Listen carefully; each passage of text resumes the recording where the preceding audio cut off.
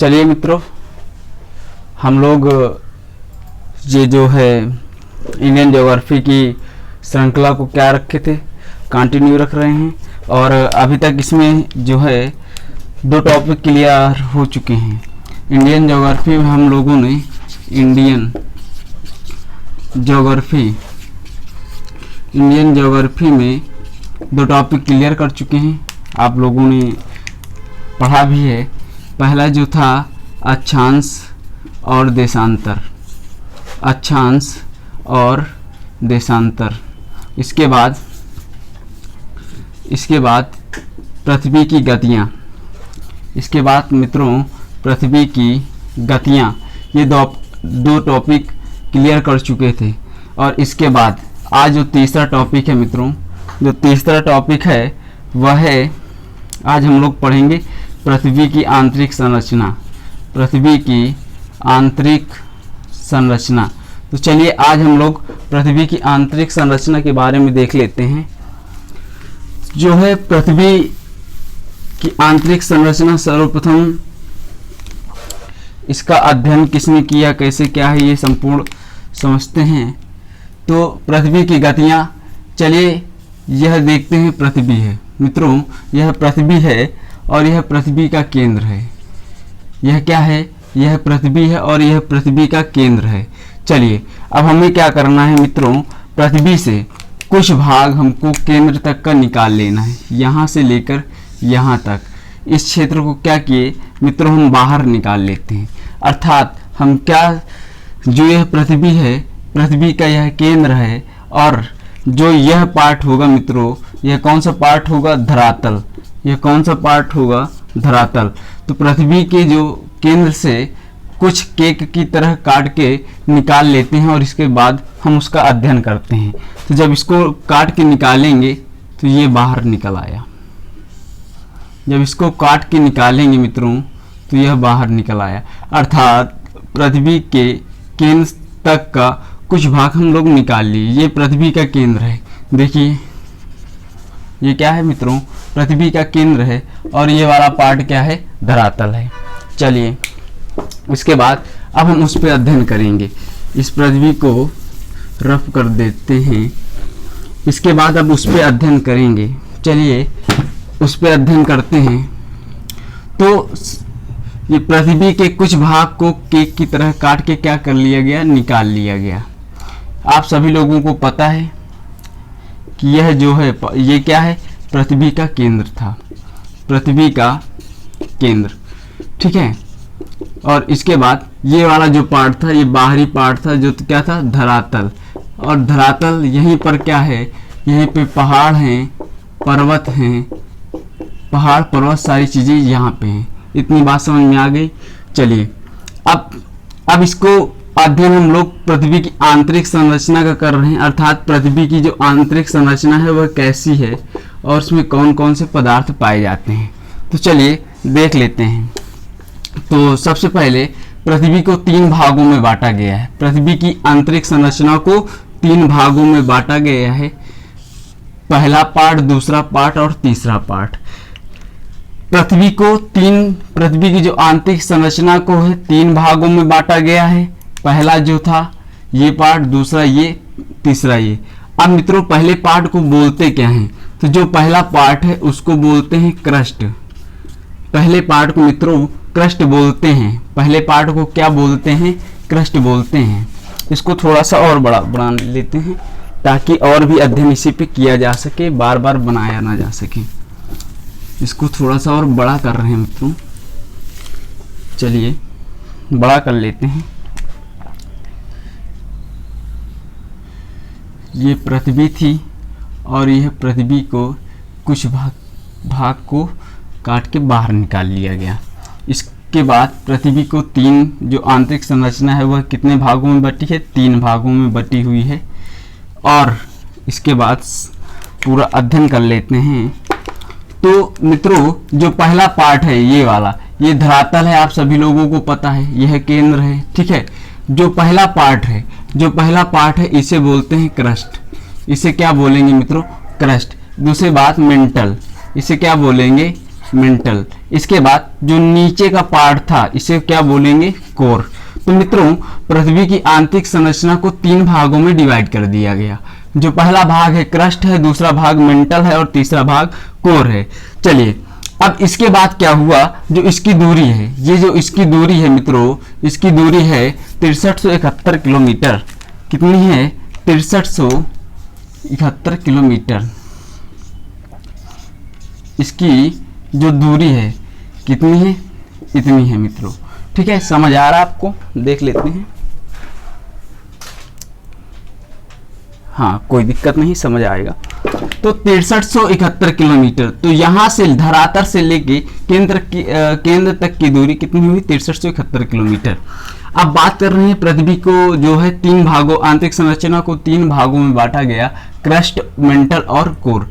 इसके बाद मित्रों क्या हुआ, इसके बाद इन पे क्या की गई, इनके मध्य से इनको क्रस्ट को 2 भागों में बांट दिया गया, मेंटल को 2 भागों में बांट दिया गया और कोर को 2 भागों में बांट दिया गया। ये देखिए 2 भाग में क्रस्ट बढ़ गया, 2 भाग में मेंटल भी बढ़ गया और कोर भी 2 भागों में बढ़ गया। कोर भी क्या हुआ, 2 भागों में बढ़ गया। चलिए अब इनका फिर से नाम देते हैं। तो ये जो पार्ट था, ये जो पार्ट था ये किसका था, क्रस्ट का। हाँ एक चीज और यहाँ पे लिख देते हैं, इसका हिंदी वर्जन भी, क्रस्ट। क्रस्ट को मित्रों हिंदी में क्या कहते हैं, भूपरपटी। भूपरपटी, क्रस्ट को भूपरपटी। और इसके बाद जो दूसरा था मेंटल, मेंटल इसको मित्रों प्रवार, इसको क्या बोलते हैं, प्रवार। और जो लास्ट था कोर, जो लास्ट था वो क्या था, कोर। कोर को क्या बोलते हैं, कोर को बोलते हैं अंतरतः। अंतरतः, कोर को क्या बोलते हैं, अंतरतः। अगर हिंदी में देखें तो ये हो भूपरपटी, प्रवार और अंतरतः।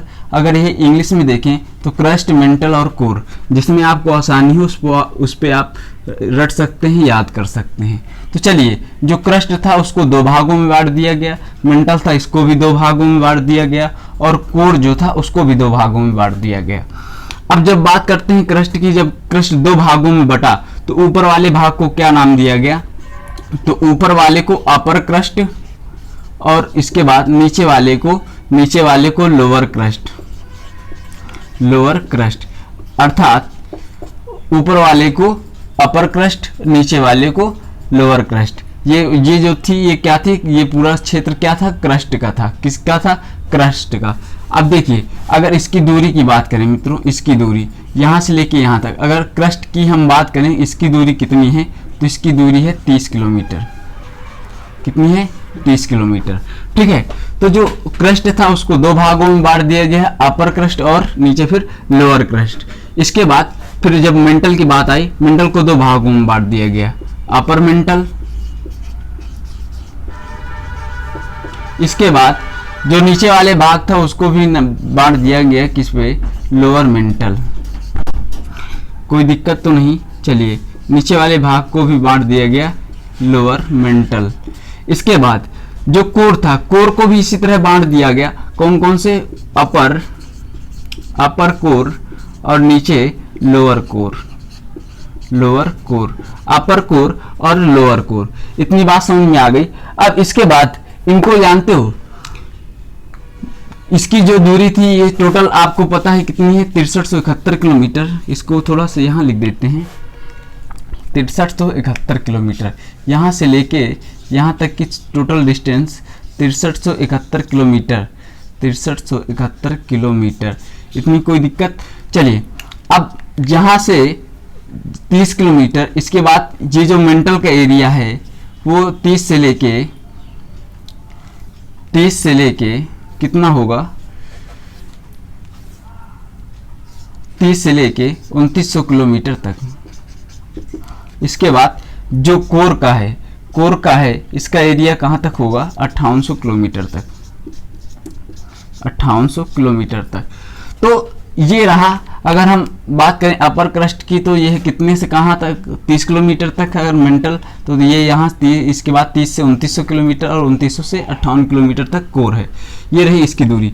अब देखिए फिर से देख लेते हैं। पृथ्वी की जो आंतरिक संरचना है उसको 3 भागों में बांटा गया था, क्रस्ट, मेंटल और कोर। इसके बाद क्रस्ट को भी 2 भागों में बांट दिया गया, अपर कोर, लोअर कोर। किसकी दृष्टि से? अध्ययन की दृष्टि से। इसके बाद मेंटल को भी 2 भागों में बांट दिया गया, अपर मेंटल, लोअर मेंटल, और कोर को भी 2 भागों में बांट दिया गया, अपर कोर और लोअर कोर। इतनी बात समझ में आ गई। तो इसके बाद देख लेते हैं, इनका नाम दिया गया है, नामकरण किया गया है। नामकरण क्या किया गया है? जो ये रेखा गई हुई है, इसको नाम दे दिया गया कोनोरॉड असंतृप्त। मित्रों, असंतृप्त क्या होता है? कोनोरॉड असंतृप्त रेखा। देखिए, असंतृप्त क्या होता है मित्रों? असंतृप्त वह होता है, वह क्षेत्र जिसमें से दोनों क्षेत्रों की विशेषता पाई जाए। अर्थात कोनोरॉड पे आप देखेंगे तो क्या होगा? क्रस्ट, अपर क्रस्ट की भी विशेषता पाई जाएगी और लोअर क्रस्ट की भी विशेषता पाई जाएगी। अगर हम इसकी बात करें तो यहाँ इसको बोलते हैं मोहो असंतृप्त। ये वाली रेखा को क्या बोलेंगे? मोहो असंतृप्त। इस पे क्या है? अपर, लोअर क्रस्ट और अपर मेंटल दोनों की विशेषता पाई जाएगी। सपोज दैट एक एग्जाम्पल से आपको समझा देते हैं। आप संगम देखे होंगे, संगम में क्या होता है? अब इलाहाबाद के संगम, प्रयागराज के संगम में देखते हैं, एक तरफ से गंगा जी आती हैं और दूसरी तरफ से क्या आती हैं? यमुना जी। ठीक है, इतनी बात समझ में आई। अब ये गंगा जी की कुछ अलग विशेषता होगी और यमुना जी की भी कुछ अलग विशेषता होगी। तो जो गंगा जी की विशेषता है और यमुना जी की, सब इनमें क्या है? दोनों में कुछ अलग अलग विशेषताएं हैं। इसके बाद क्या हुआ? ये आके एक संगम का निर्माण करती हैं, अर्थात आगे आके मिल जाती हैं और यहाँ पे क्या हो जाता है? संगम हो जाता है। क्या हो जाता है? संगम। अब यहाँ पे क्या होता है? अब इस संगम में क्या होगा? इस संगम में मित्रों गंगा की भी और यमुना दोनों की एक साथ जो होगी, यहाँ पे दोनों एक साथ जो है विशेषता पाई जाएगी। ठीक है, तो कुल मिला के हमें ये कहना है कि जो असंतृप्त होता है, असंतृप्त क्या होता है? उसमें दोनों क्षेत्रों की विशेषता पाई जाती है। ठीक है, इसके बाद अब ये वाली रेखा को क्या कहेंगे? पहली रेखा को हमने ये देख लिया, जो हमने डिवाइड किया था उस रेखा को नाम दे दिया गया कोनोरॉड असंतृप्त रेखा। इसके बाद जो दूसरी रेखा है इसे नाम देते हैं मोहो असंतृप्त रेखा। इसके बाद जो ये है मोहो असंतृप्त मोहो, और इसके बाद जो अपर मेंटल और लोअर मेंटल के बीच खींची गई है इसे नाम क्या देते हैं? ऋतिप्त। इसे मित्रों ऋतिप्त असंतृप्त रेखा। इसके बाद अगली बात करें, जो ये है इसको क्या नाम देंगे मित्रों? इसको नाम दिया जाता है गुटेनबर्ग असंतृप्त रेखा। इसके बाद जो लास्ट बचती है, जो अपर कोर और लोअर कोर में है, इसे नाम क्या दिया जाता है? इसे नाम दिया जाता है लेहमन असंतृप्त रेखा। मित्रों, इसे नाम दिया जाता है लेहमन असंतृप्त रेखा। इतनी बात समझ में आ गई? चलिए स्क्रीनशॉट लीजिएगा।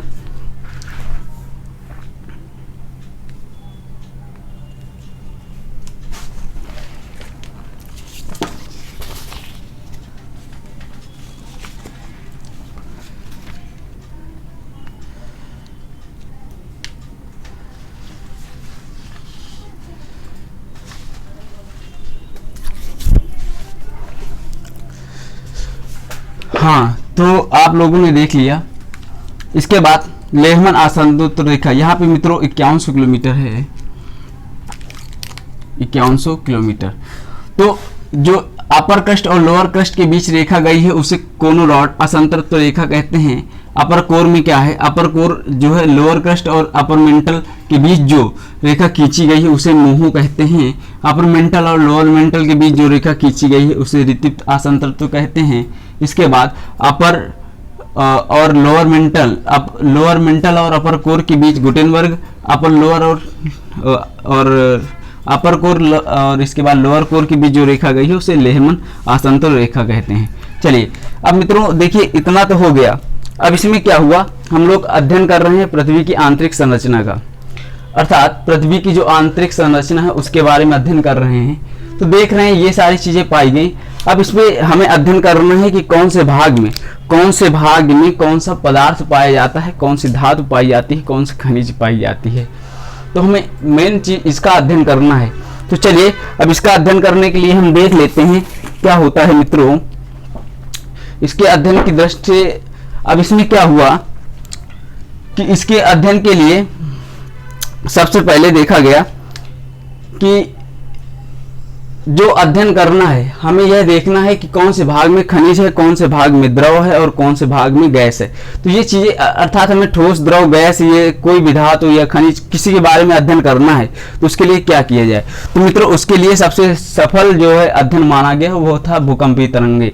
अर्थात हम भूकंपीय तरंगों के माध्यम से क्या पता कर सकते हैं, यह पता कर सकते हैं किस भाग में ठोस है, किस भाग में द्रव है और किस भाग में गैस है।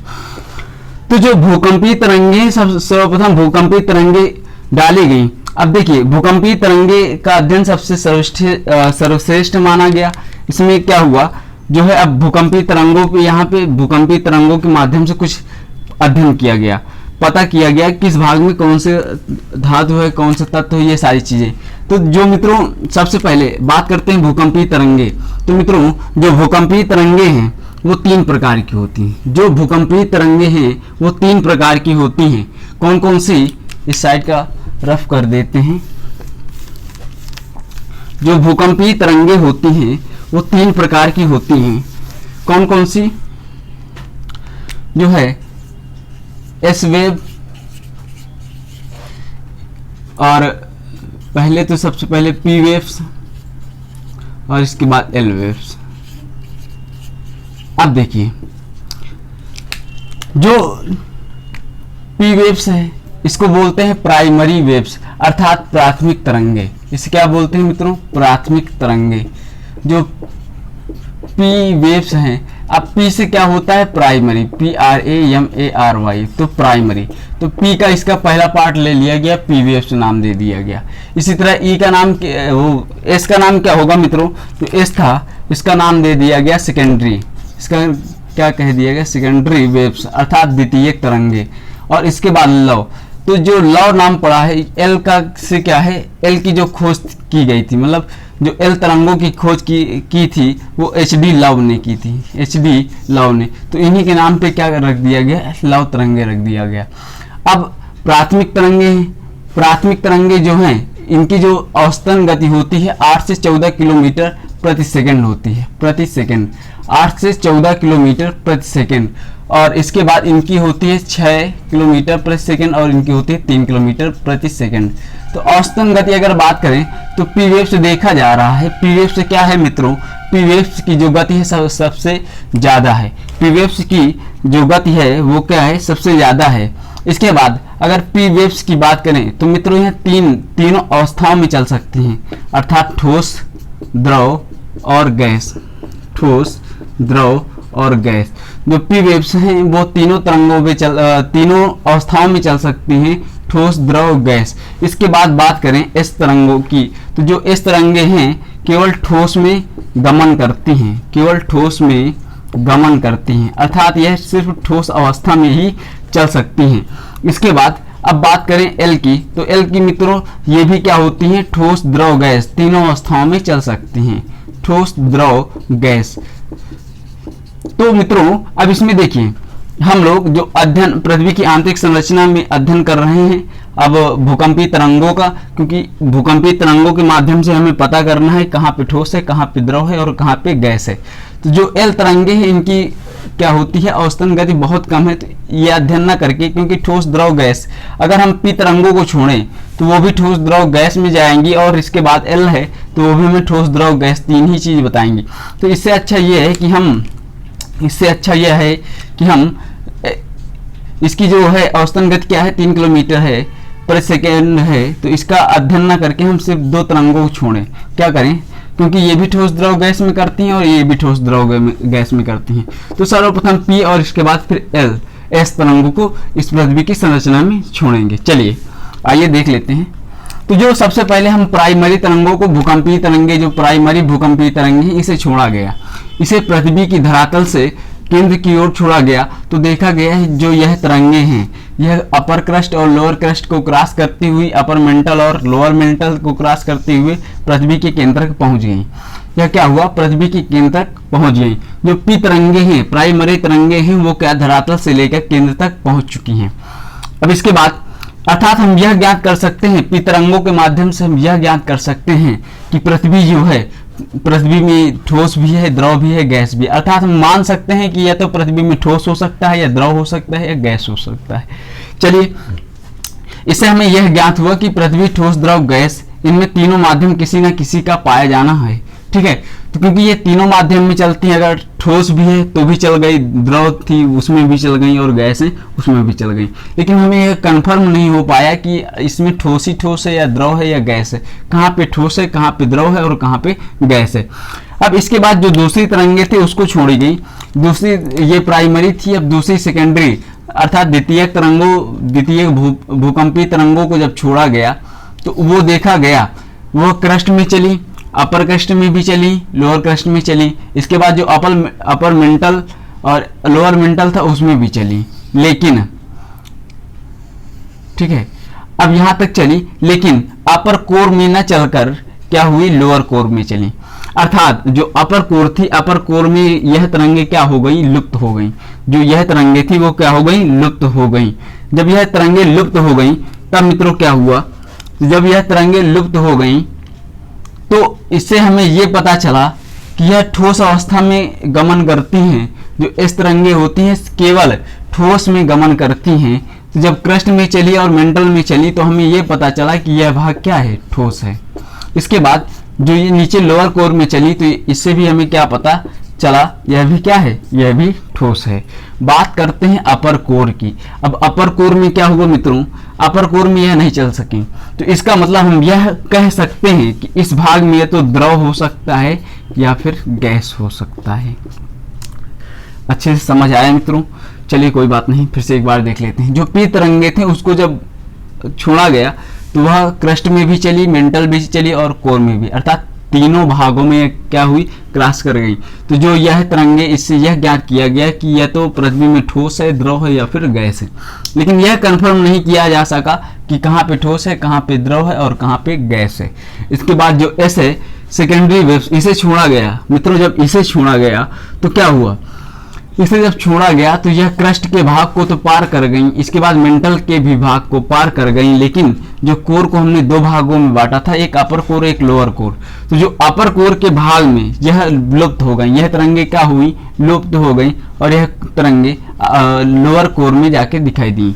तो इसका मतलब यह कह सकते हैं कि जो जहां पे दिखी वहां पे ठोस है और जहां पे यह नहीं दिखी तो वहां पे जो पाए जाने की संभावना है, प्रोबेबिलिटी है, वो द्रव या गैस की है मित्रों। अब या तो फिर यहाँ पे द्रव हो सकता है या फिर गैस हो सकता है।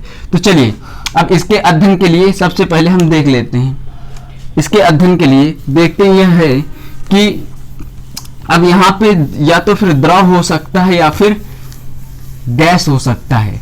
अब एक चीज बताइएगा, सर्वप्रथम हमें अच्छे से पता है कि अगर गैस हो सकेगी तो गैस के लिए हमें क्या चाहिए, गैस के लिए हमें आयतन चाहिए। गैस के लिए क्या चाहिए, आयतन चाहिए।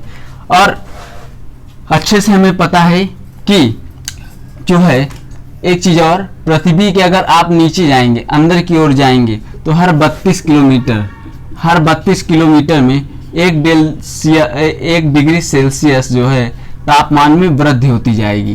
तापमान में क्या हो जाएगी, तापमान में वृद्धि का चिन्ह, सिंबल ऐसे बना देते हैं। तो हर 32 किलोमीटर डिग्री सेल्सियस पर जाने पे क्या होगा, तापमान पे वृद्धि हो जाएगी। कहीं कहीं पे 34 लिखा है, कहीं 35 लिखा हुआ है, लेकिन समथिंग मान लीजिएगा 32 किलोमीटर। तो जो 32 किलोमीटर है, अगर आप अंदर पृथ्वी की आंतरिक सतह अर्थात अंदर की ओर, केंद्र की ओर जाएंगे तो हर 32 मीटर पे क्या होता है, 1 डिग्री सेल्सियस की तापमान में वृद्धि हो जाती है। तो जब वृद्धि हो जाती है तो आप समझिएगा यहाँ से यहाँ तक आने में काफ़ी, इसमें क्या हो, तापमान क्या हो जाएगा, काफ़ी अधिक हो जाएगा। और जब तापमान, और फिर इसके बाद दाब में भी क्या होगी, दाब में भी वृद्धि होती है। तो जब दाब में भी वृद्धि होगी तो एक चीज हम ये कह सकते हैं कि गैस के लिए पर्याप्त मात्रा में आयतन तथा उसे घेरने के लिए क्या चाहिए, स्थान चाहिए, जो यहाँ पे नहीं हो सकता।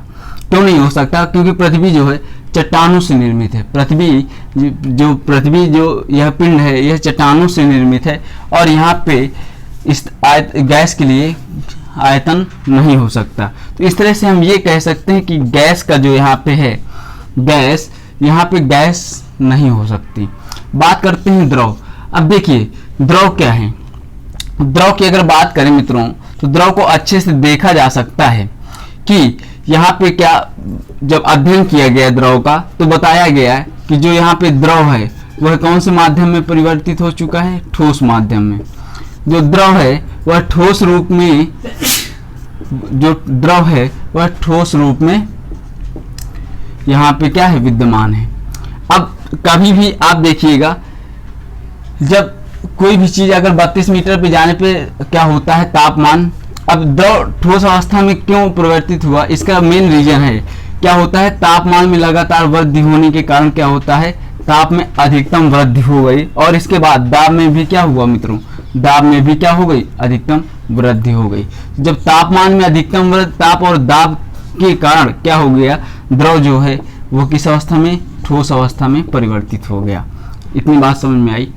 चलिए अब बात करते हैं घनत्व की। जो मित्रों घनत्व की बात करें तो देखिए, जो घनत्व की बात करते हैं तो जो अपर क्रस्ट है, लोअर क्रस्ट है, इनके यहाँ पे घनत्व कितना था, तो यहाँ पे मित्रों जो घनत्व था, यहाँ पर घनत्व 2.7, यहाँ पे जो घनत्व था 2.7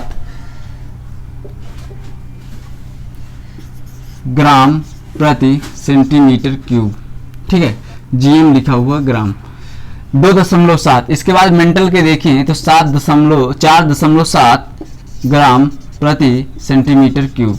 इसके बाद अगर लोअर कोर की देखें तो यहाँ का जो डेंसिटी थी, घनत्व जो था मित्रों, जो घनत्व था यहाँ पे था 11.1 ग्राम प्रति सेंटीमीटर क्यूब। चलिए एक बार पुनः रिवीजन के तौर पे देख लेते हैं। पृथ्वी की हम लोग आंतरिक संरचना पढ़ रहे थे, जिसमें थे हमें अच्छे से पता है कि पृथ्वी को 3 भागों में बांटा गया था। पहले भाग को क्रस्ट, दूसरे भाग को मेंटल और तीसरे भाग को कोर। तो जो क्रस्ट को हिंदी में भूपर्पटी बोलते हैं और मेंटल को प्रवार बोलते हैं और कोर को अंतरतः बोलते हैं। इसके बाद क्रस्ट को हमने अध्ययन की दृष्टि से 2 भागों में बांट लिया। किसकी दृष्टि से? अध्ययन की दृष्टि से 2 भागों में बांट लिया, अपर क्रस्ट, लोअर क्रस्ट। अपर क्रस्ट को कि ये जो रेखा है, इसको अपर क्रस्ट और लोअर क्रस्ट को 2 भागों में विभाजित करने वाली रेखा कोनोरॉड आसंतृप्त रेखा। आसंतृप्त की जो विशेषता होती है वह क्या होती है, जहाँ पे 2 क्षेत्रों की विशेषता पाई जाए उसे क्या बोलते हैं, आसंतृप्त बोलते हैं। इसके बाद मेंटल को भी 2 भागों में बांट लिया गया, अपर मेंटल और लोअर मेंटल। इसके बाद कोर को भी 2 भागों में बांट लिया गया, अपर कोर और लोअर कोर। इसके बाद रेखाएं, ये मोह आसंतृप्त, रितित आसंतृप्त, गुटेनबर्ग आसंतृप्त और इसके बाद लेहमन आसंतृप्त रेखा। ठीक है, इतनी बात समझ में आ गई। किसी कोई दिक्कत हो तो बताइएगा। इसके बाद और आगे अध्ययन करेंगे। एक स्वेस महोदय जी थे, स्वेस महोदय।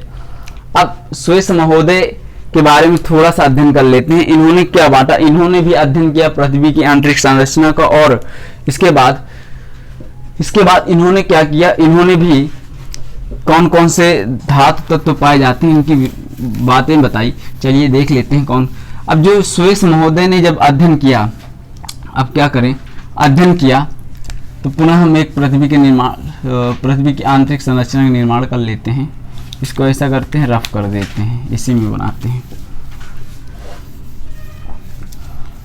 चलिए, जब स्वेस महोदय ने अध्ययन किया तब उन्होंने क्या बताया, उनकी भी सुन लेते हैं।